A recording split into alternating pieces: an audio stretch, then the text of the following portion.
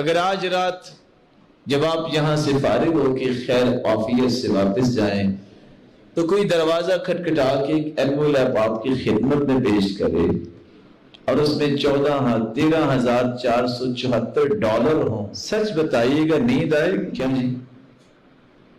بولے نہیں۔ ضرور اس کو پلٹا کے دیکھیں گے، کچھ سیل نمبر نہیں لکھا ہوا، باہر نکل کے کئی دیکھیں گے کدھر گئے، یہ اتنے ڈالر مجھے دے گئے، بندہ کو اس کی خبر ہونی چاہیے۔ یہ نظر آ رہے ہیں نا، یہ سورۃ الملک کی تلاوت کر کے سوتا ہے رات کے وقت۔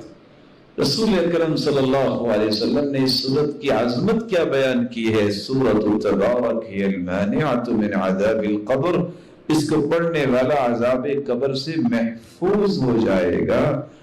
شفعت لصاحبہا، یہ اپنے پڑھنے والے کی قیامت کو سفارش کرے گی۔ خاصمت عن صاحبہا، یہ ضد کرے گی۔ اور تیسری روایت میں آتا ہے حتی ادخلتہ الجنہ، جب تک پڑھنے والے کو جنت میں داخل نہیں کروا دے گی، سفارت چھوڑے گی نہیں۔